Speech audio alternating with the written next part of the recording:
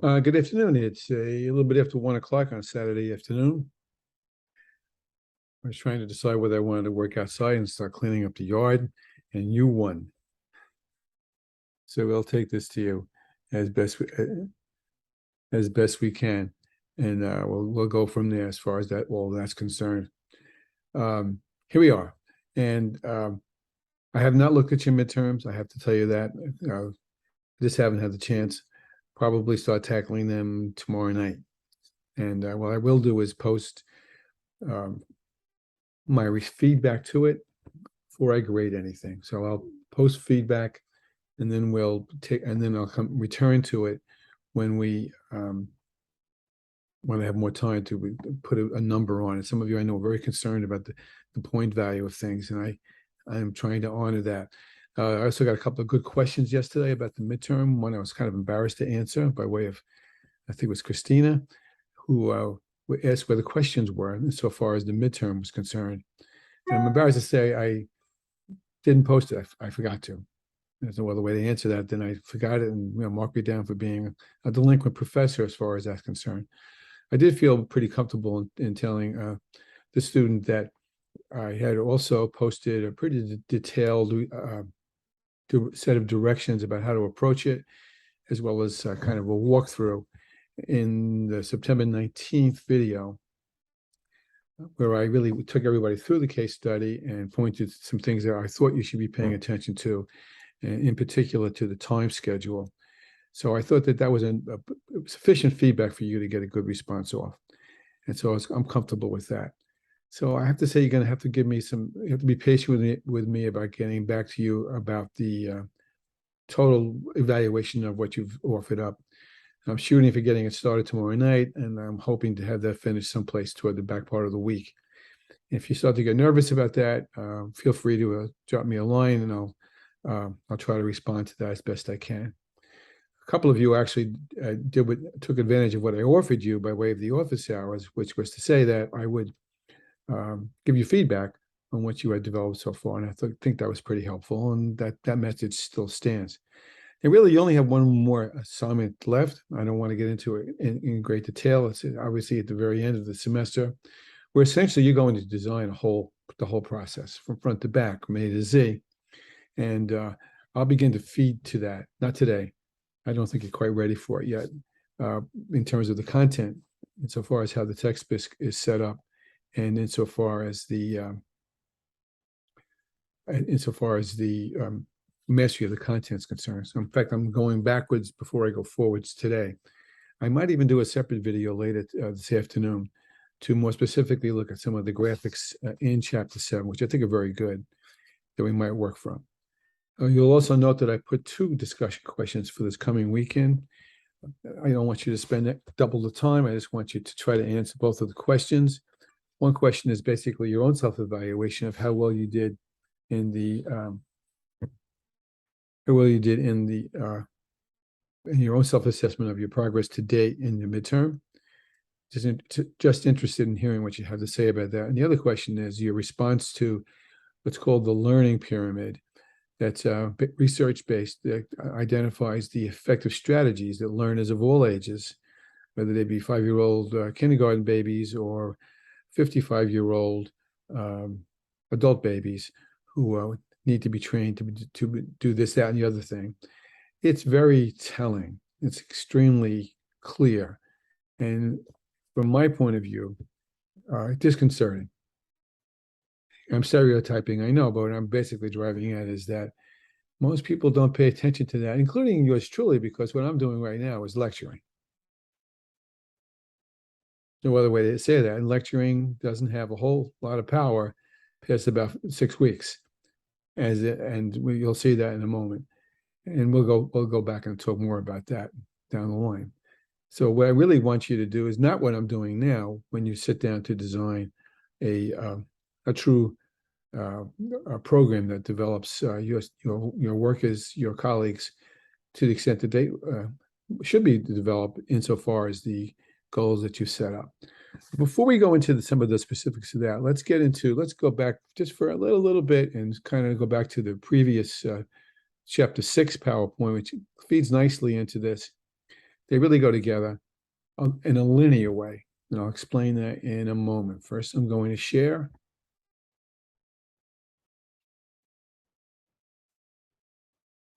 And this was last week's PowerPoint, so I'm not going to lecture at you again with all that.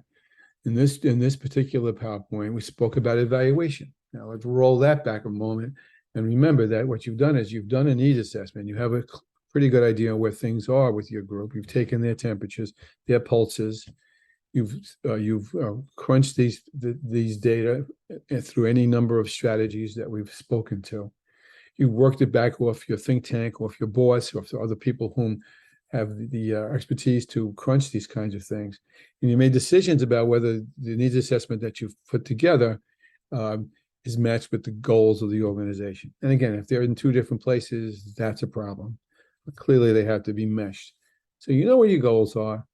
You know who your the people are whom you intend to train to meet these specific kind of goals. We've reviewed some of the whys and wherefores of things you need to be aware of, like where you're going to do it, who's going to do it, and so forth. We're going to get more nearly into how we're going to do that in a moment, where we're going to do it, what we need physically as well as technologically to get everything going correctly. And that's what the midterm was more nearly about than anything else. Then last week we rolled into, well, how will you know whether the training has any effect? Well, I'm not being a wise guy too much, I hope, by saying if the lug nuts on your car fall off, as would happen to me once when I brought my car in to be repaired, and lo and behold, I drive a mile and the wheels fell off the back of the car because the mechanic didn't tighten the lug nuts. Maybe that's why I keep talking about lug nuts so much. Needless to say, I was not a happy person when this happened, because the person who put the tires on clearly had made a major mistake, a dangerous mistake, and it kind of speaks to the extent to which that mechanic was trained to be client-based more than anything else.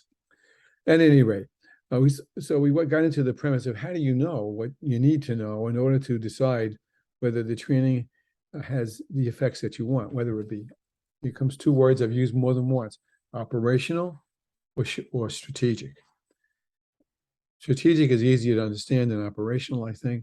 Operational, in my view, speaks to anything that's 3 years out, 3 years plus, in terms of what you expect to see happen. So clearly, you may not be able to evaluate something until it's 3 years out if you have those kinds of goals. But those kinds of goals speak to what I always talk about as far as operational, as far as long-term futures-based thinking, what any organization should be equipped to do. This is a little bit off the topic, but I noticed that President Biden made a speech yesterday. I think it was the IBM, where he touted that they have a $55 billion program that the government's approved to make the United States number one again in the producer of the chips, the microchips that go into most everything nowadays.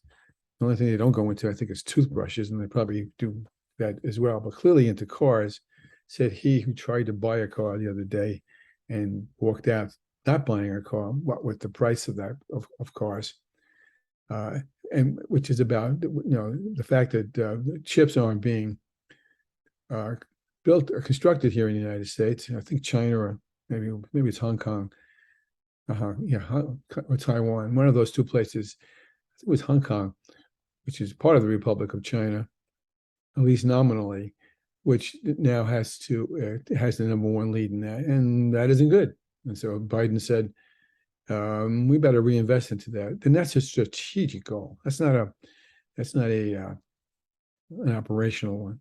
A strategic goal, unhappily, but necessary, I said after the fact, is we need to reconsider constructing houses and housing right on the harbor, right on the water, I should say, especially in hurricane-prone areas. Witnesses the unbelievable destruction in New Orleans several years ago, and in southern Florida this past couple of weeks, where the property damage is beyond the beyond, because we were building in places we probably should not have built in. For the sake of the almighty dollar, short-term operational thinking, not strategic thinking. And we can give you lots of other examples of that. But I'm off the topic a little bit by just, again, coming back to the point of saying what gets measured gets done, according to Peter Drucker, somebody I recommend highly that you may want to read. He has any number of books out that are getting a little aged now, but certainly have great meaning and application for your own needs. And Drucker says, hey, what we measure, we know gets done. We measured that Aaron Judge hit 62 home runs, didn't hit 73. And now you have to talk about whether the yardsticks are different for the person who hit 73 versus the person who hit 62. And the people who hit more than 62, for that matter, in the National League. And what that's all about. But we measure, we have the numbers. Baseball is a great example. Most sports, professional sports activities are, and even down at the Little League, unfortunately, are about numbers and how we work on making those numbers more nearly to our liking when we can. So how do you know was that whole matter? And from that, we talked about thinking through the steps that would take to analyze the tasks that would be involved in the training that you talked about. And we said there were quite a few goals that would go along with that for this particular chapter. We got into these pretty closely, and we're talking about why you do this. It's pretty easy to understand why we do it. The harder one, more likely than not, is realizing that we do this in many senses to develop the individual, to help nurture that person's growth. Because in nurturing that person's growth, you nurture the whole company's growth, the whole group's growth, the whole organization's growth. We tend to forget that, I think. That's an important piece to remember, something I think it is. We talked about two kinds of strategies, measuring strategies. One was formative, and the other one was summative. The football player here is adjusting himself to get under the football that's hopefully dropping into his arms, is formally evaluating his path and connecting his route to the path that the ball is taking. And if he realizes that he's, the two are matching up with each other, intersecting with each other in this case, then he's got to adjust. He's got to formatively evaluate and change course direction. So there is a difference, and I emphasized last time that it's really important to have formative strategies, in many respects more important than summative, to assure yourself that that the plan you put in place for training is making sense all along the way. We talked about pilot testing. Can't emphasize that enough. When you can, when you don't do it, you ask for trouble. But when you pilot test, you troubleshoot and you probably eliminate some of the issues that get in your way, because then you can pinpoint strengths and weaknesses and to adjust your planning and execution of your training system without making people crazy. And that talks about yardsticks. And that talks about looking at evaluative strategies, whether they be short-term or long-term, operational or strategic. I always caution about surveys. Surveys sound cute, but surveys can be very misleading if they're poorly designed or if they're used for the wrong reason. More often than not, a survey is good for understanding people's dispositions or opinions. It's not necessarily so good in recognizing whether they've mastered the things you want them to be able to do. And that's about the difference between climate and culture. Last week we said that climate is the perception of the culture. Culture is what we really do. That's the real thing. And then they are not necessarily the same thing. Often they are not.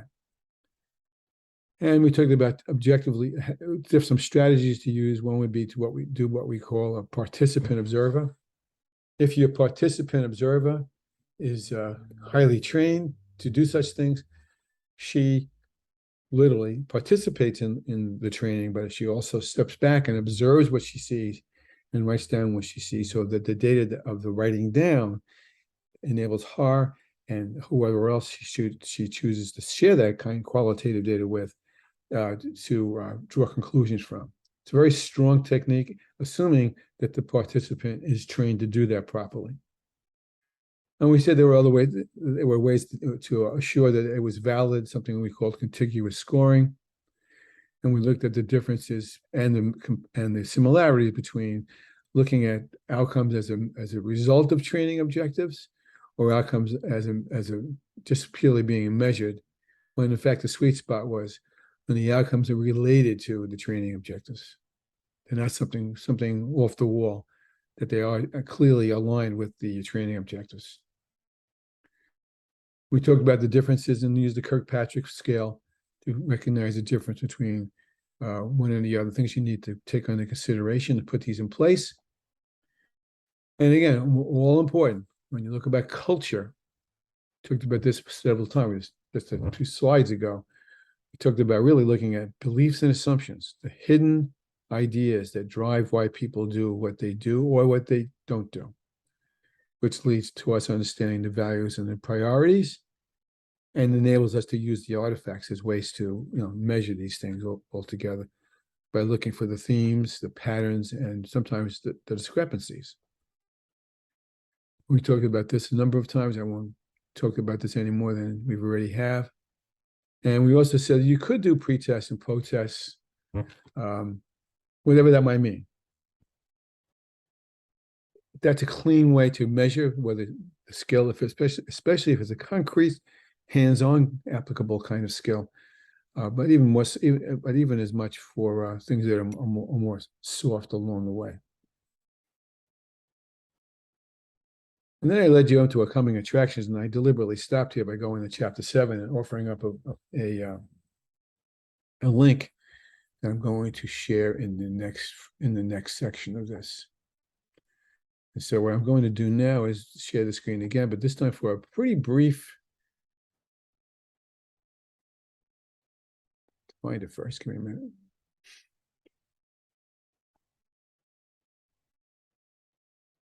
I'm going to unshare for a moment. Forgive me.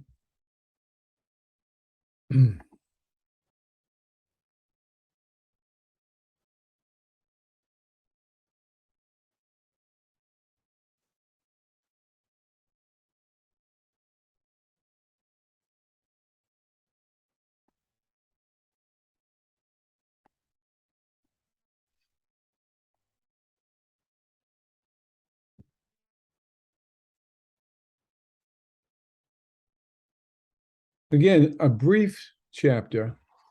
That's why I think I might go back and revisit chapter 7 from the book to talk more clearly about some of these premises. But this will give you an overview, and I can feed this in maybe in a day or two if I can't get to it today. I wanted to point out this link. Now, this link is from Learning. It's an educational research premise. However, it applies across the board. It applies to, as I said earlier, kindergarten babies, as well as to 60-year-old babies who are learning. And it's called the Learning Pyramid. It is out of Bethel Learning Labs in Maine. And the study is kind of a little bit on the old side, but I haven't seen anything to refute it. So I think it's got the same kind of power than anything else we can look at. And here's what it did. It tried to figure out what the retention rate was over 6 weeks, after 6 weeks, of various kinds of general learning strategies. And then arranged it in a pyramid. One of my favorite graphics, as you probably have figured out, the triangle, where the baseline is down here, and then you walk up to the more narrow things as you move along. And it's just completely clear what's going on here. A lecture. By the way, I'm lecturing, but I'm also using visual. So it's a little bit, so not just a straight Bernardo talking yap approach. But essentially, a lecture has a 5% retention rate. Now think about all the classes you've sat through, all the many, many hours you spent sitting through taking notes from Professor Drone. Hopefully, I'm not one of those people, but from Professor Drone or whoever, or Yap, who just, just talks at people and doesn't really even particularly wonder or worry about whether the learners are taking any notes down to begin with. Now, ask yourself the question I'm asking rhetorically, and that would be, how well do lectures work with your kinds of trainees? By the way, that's the one of the other discussion question tonight for this week. How well does lecture work for you? This is how you turn the lug nut, and they don't show it to you. He makes a face, and yet people get paid a lot of money to be drones and lecture at people. The advantage being being the one I'm taking advantage of as I speak to you today, and that would be what? It's fast. It's quick. The negatives are clearly obvious. You have to be the learners have to be good auditory learners. Hopefully, you supplement it with visual, but they need to be good listeners, and they need to be given the time to crunch what they're listening to something meaningful, which is typically not what happens in most lectures by way of what research suggests. And so it's not terribly effective. Now, how effective it could be for the kind of training you're considering as you're going to design a program for yourself before the end of this semester, which is, today's the 10th, about a month from now, a little more, I think. And I'll talk more about that next week. As we move towards those kinds of things, you need to think about which of these processes have the most value. And I'm not going to read at you. You can see that there's some brief paragraphs to speak to it. Some of you are going to say, well, this is about teachers, but we're talking about teachers here. You're teaching people to train. You're training people, teaching people. Use whichever verb works best for you. And you can go down from 5% all the way down to 90%, where people are teaching each other. Now, in learning theory, that's called constructivism. Okay. Where people construct their knowledge by working with others.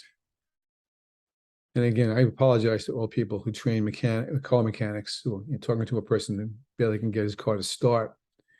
But at any rate, mechanics, I think, learn very well by practicing what they're doing, and maybe training someone like me to do it.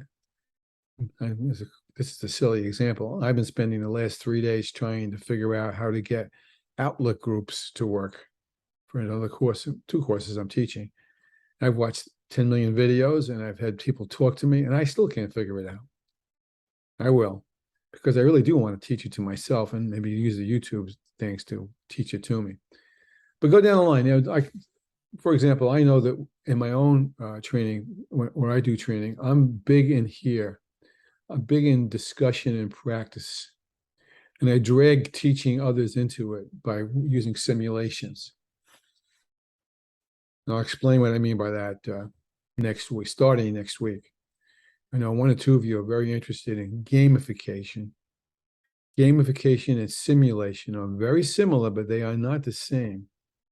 However, gamification is clearly a buzzword right now, and it's all around us, and it does have good training impact, which we'll talk to in a week or two. But at any rate, you can see that when someone's trying to use a gamification approach, some kind of game with rules that motivate people to try to move along whatever the continuum might be, has value. In some cases, great value. But in the end, a simulation has got much more power than a gamification, because simulations set people loose to do their own kind of problem solving together, which goes back to teaching others. Now, the question becomes, and there's a great big yes but to what I'm going to say. I realize that. The discussion question, one of the two discussion questions I give you this week is the second one being, how would you consider which of these general processes you would use to construct your training programs? And the answer is that depends. Depends on who you think your learners are, who you think your trainees are, and again, what the objectives are. However, I would say, and I think you'll agree with me too, that the more nearly you can get people to work in these down here, in this active learning, see this little graph, you kind of miss it in here. In active learning, that's when you heat up, and that's when you're more likely to assure yourself that whatever the goals were have been met. If you're gonna throw all your eggs into the lecture basket, you might look good for 6 weeks, and we'll go from there on that. So enough said with that. I wanted to point that out because that colors the rest of this conversation today. Because now we're talking about the thrill of the chase. We talked about that before. Now, this meerkat is either looking around for enemies who might be chasing him, or he may be looking for places where he might be able to get himself a Big Mac or whatever meerkats eat. In either case, it's about the thrill of the chase. In your case, no rhyme intended, you're designing a thrill of the chase to assure yourself that you're using the most effective strategy sets, not just one single strategy. I want to emphasize that. Combinations of processes that you mean to use with the trainers whom you are going to use to assure yourself that you've hit all the learning styles, that you've engaged and engrossed your trainees in having whatever they need to be successful for themselves, more important than anything else, as well as for that of the group. And so the goals of this particular chapter are to help you figure out what the strengths and weaknesses of these things are and how you might go about doing that. I have a really good chart I put here for you. And I'm just going to do one of them just to model this for you. And it's not an assignment. Something tells me I probably should have done that, but I'm not going to do that to you now. But that's kind of unfair. A simulation is a game. Is a learning experience that uses gaming and goals and roles to involve in a problem-solving approach. So a good simulation, and I happen to be an expert on designing these things, if I don't say so myself, a good simulation must have clear goals. You can't be vague about these. Must be clear. If they're not clear, it's not good. And your people, your trainees, they really just can't suddenly walk into a Monopoly game, if anybody plays Monopoly anymore, or a video game for that matter, which is a simulation, if you think about it, is how ready they are to know how to do that. So you have to pre-assess this in order for it to be successful. Because if they're not, you have to drop back and do a lot of modeling for them. Then you can make it happen, but it is a time-consuming issue. Simulations can really be a disaster if they're not aligned with the goals clearly. It goes back to this other column. If they're not aligned with the goals, then it's a problem. And they're absolutely required to be debriefed. Now, by debriefed, I mean to say is not as though you have to give a paper and pencil test or have people put lug nuts on 50,000 cars to be sure that, so much as you need to be able to have strategies where you can assure yourself that they've met the goal and that they can explain the goal by way of having experienced the simulation. So now you just go through, I'm not telling you to do this anytime soon, but you can see that I've highlighted a couple, because in my mind, simulations, and I'll come back to this is up the road, group building, adventure learning, action learning, are all have a lot of similarities to them. Case studies and modeling, you can also argue a part of this as well, but then you can see how the other ones, where the other ones said. And so you need to evaluate in your own mind. You may want to use this for your discussion question, or you may want to use this for your for the end of the year, the end of the semester topic as well. This might come in handy for you along the way. So we're talking about strategies as in lecture online videos, audio-visual approaches. OJT stands for on-the-job training. You might think that's an attractive strategy. I think some of you will go that way. Self-directed refers to someone like Dr. B, who's still trying to self-direct himself to figure out how to make outlook groups. And I don't know if I'm ever going to be able to do that. Apprenticeships, something we don't emphasize in American industry very much, rather poorly, I suspect, and has good value, as a matter of fact. I've already spoken about simulations.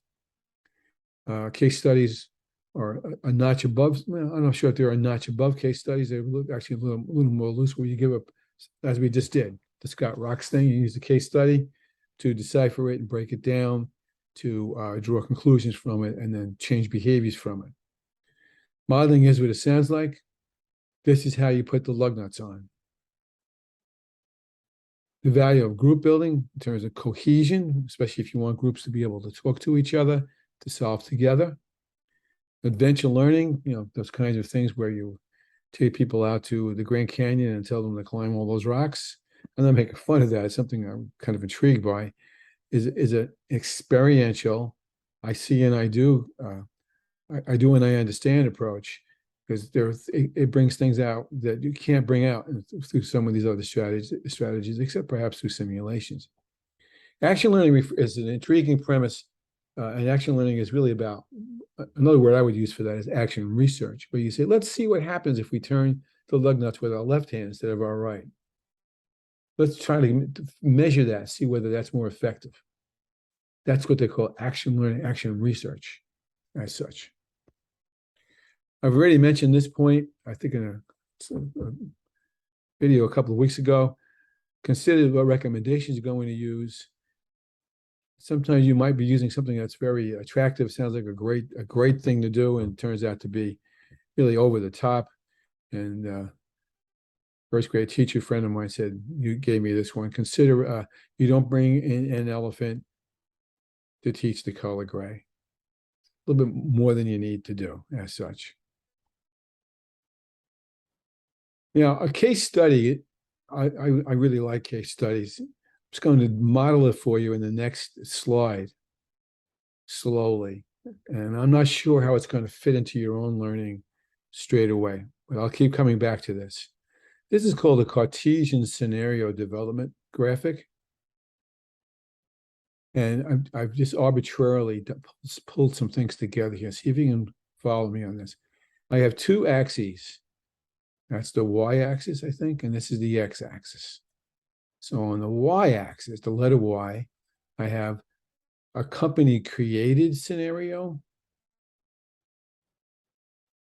or a scenario created by the trainers. On a continuum from some kind of combination from create by company to create by the trainees. And on the x-axis, we have competency-based learning, where people need to learn specific skill sets. And then sliding back the other way to context-based learning, which is about problem solving insofar as how you perceive an issue. Two different kinds of learning. Again, an axis from left to right or right to left, from up to north to south to north, gives you an idea of some kind of context. Now follow me. In this quadrant, where we have a company-created issue or case study in the context of something that the company wants to work with, that's most likely going to be something like a simulation.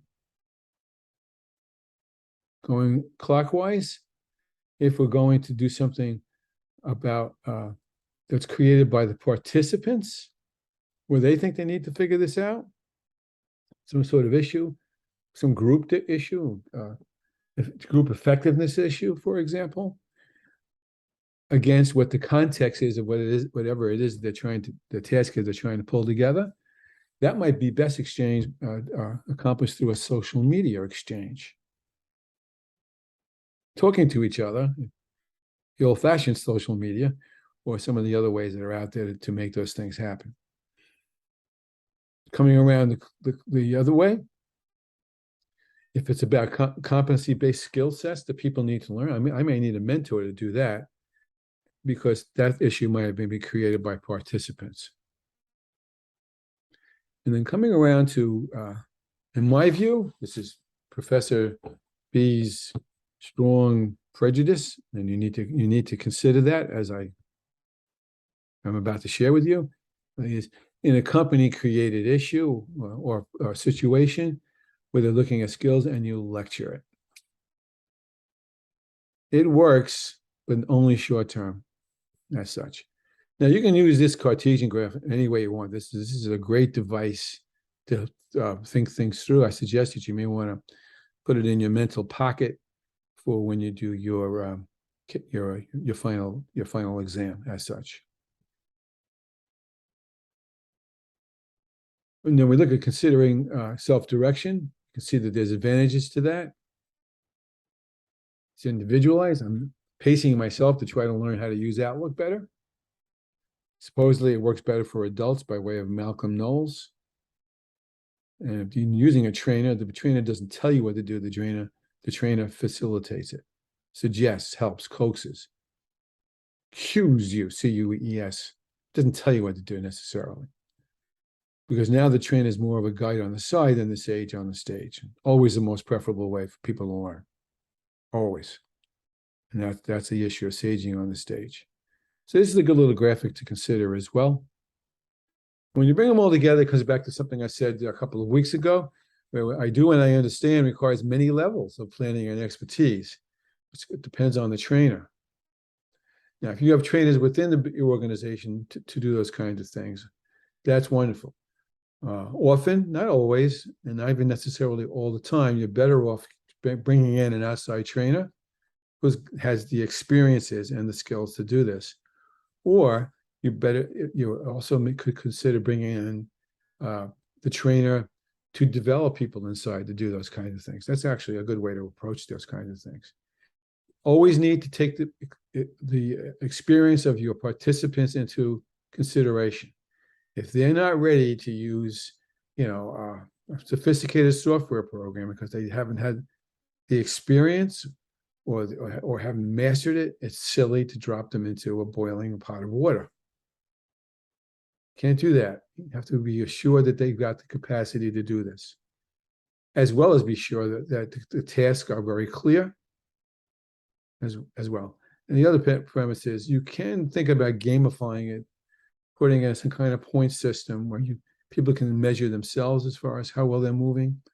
I'm right, just before I started this today, I've been doing it for 6 or 7 years.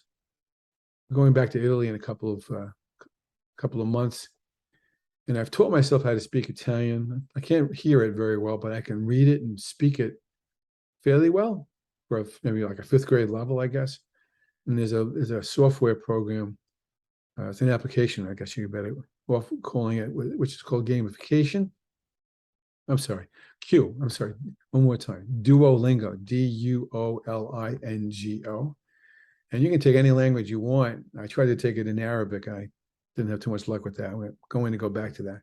But I use it really to teach myself Italian because it has, not only does it have a lot of different kinds of activities, self-taught activities, self-directed activities, it also has a point system in there. It won't only let you go so far if you haven't accumulated the points. And it gets a little frustrating every now and then. But at the same time, it kind of challenges me to want to move up the levels because I want to master this thing before I go back away. Which goes back to the issue of internal scoring processes for feedback as well as completion. Big issue to think about there. The more I think about it, the more I think that this particular chapter, all the chapters preceding as well, but this particular chapter begins to give you direction how you're going to design your end product, your final exam as such. You can't forget about group dynamics. We talked a little bit about boundaries another time and the ability to talk, the ability for people to not only trust each other, but to be able to speak to each other by listening to them actively. And this issue of inclusion, control, and cohesion is interesting.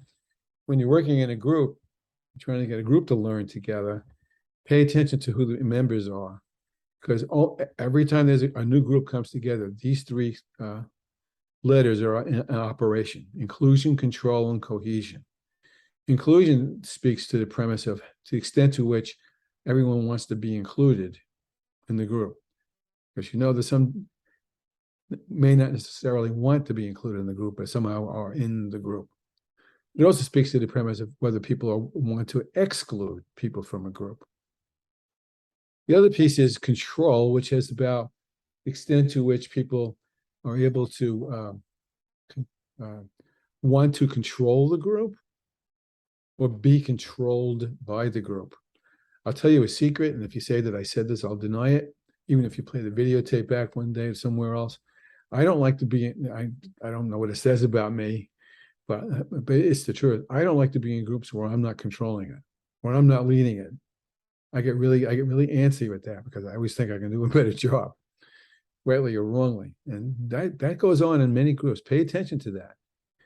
And ultimately, you want to see whether the group is cohesive enough, whether they found ways to collaborate. When we talked about collaboration and cooperation, collaboration means the group's committed to the whole task, not just saying, okay, you do this and I'll do that and I'll do this and you do that.